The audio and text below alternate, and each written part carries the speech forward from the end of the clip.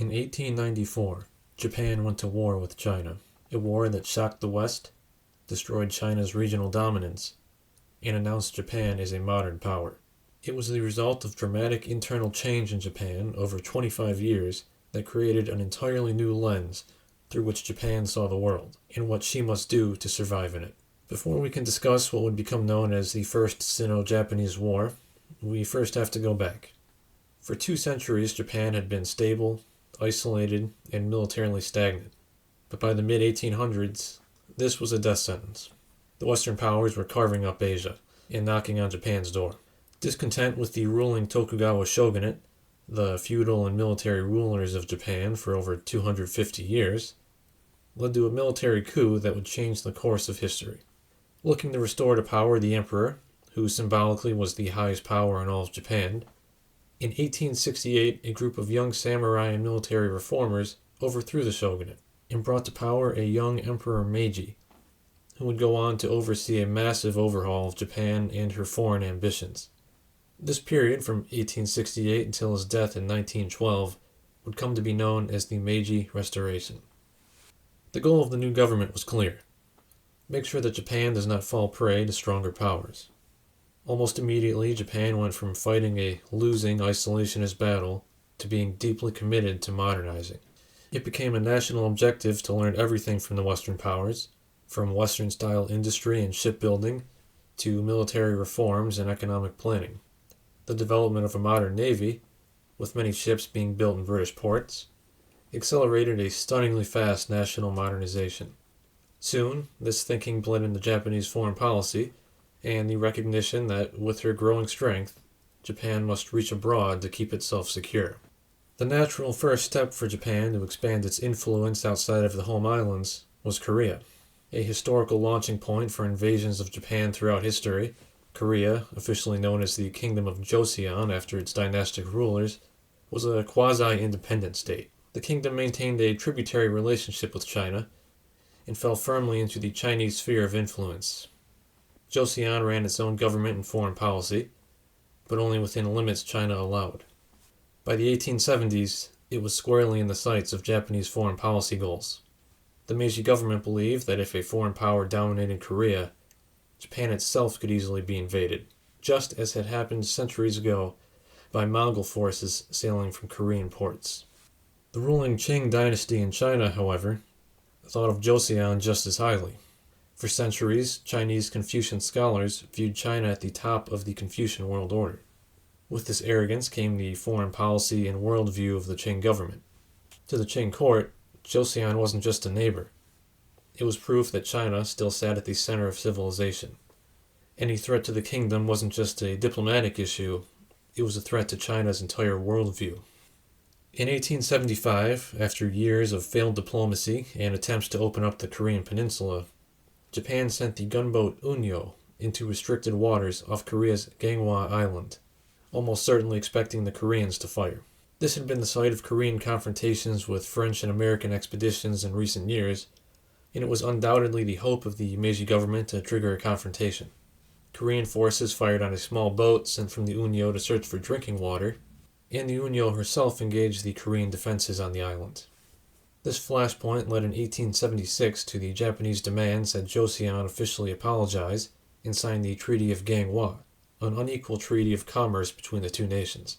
Joseon agreed, opening the ports of Busan, Incheon, and Wonsan to trade with Japan.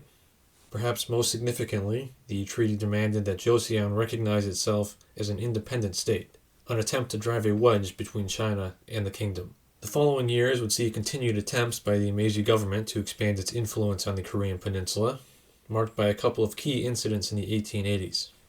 In July 1882, in what would become known as the Imo Incident, a group of Korean soldiers in Seoul attacked government officials, unhappy with their wages, rations, and living conditions. This would spiral quickly, leading to an attack on the Japanese legation in the city. A Japanese military advisor was assassinated, and the remaining Japanese fled in the chaos to Incheon. Roughly a dozen Japanese were killed or wounded in the incident. In response to pleas from the Joseon government, understandably concerned about both the mutiny and a possible Japanese response, Roughly 4,000 Chinese soldiers were sent to restore order. This provided an opportunity for the Qing to further tighten their hold on the peninsula. Yuan Shikai, a Chinese general, was made to be a sort of permanent military advisor to the kingdom. China now oversaw essentially all affairs in Korea with a much stronger hand than ever before. Japan, forced to settle for simply being allowed to station troops to protect their legation and Japanese nationals, lost any influence they had gained over the last decade. For Tokyo, this was more than a loss of influence. It was a warning. Diplomacy alone would never secure Korea.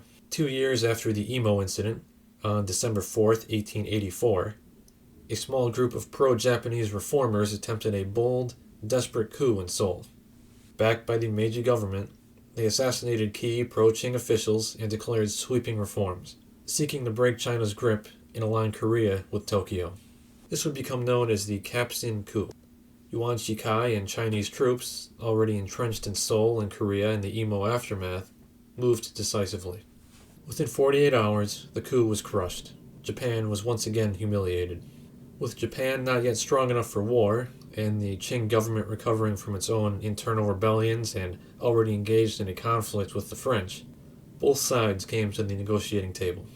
The 1885 Treaty of Tientsin dictated that both sides must remove its soldiers from Korea, and any future deployment of military forces into Korea would require one side notifying the other.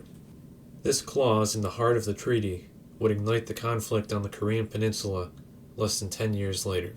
For Imperial Japan, the treaty signified the end of diplomacy in the Korean peninsula. In an attempt to do what the Western powers it was learning so much from had done across the world, but it did not yet have the military or political firepower to strong-arm the situation.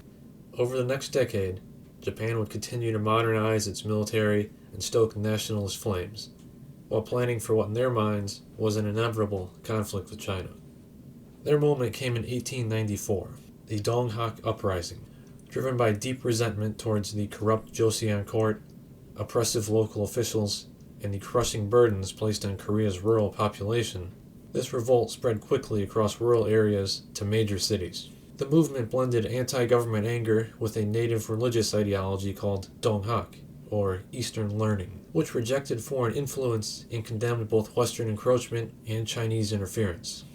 The Joseon court panicked and requested Chinese military assistance.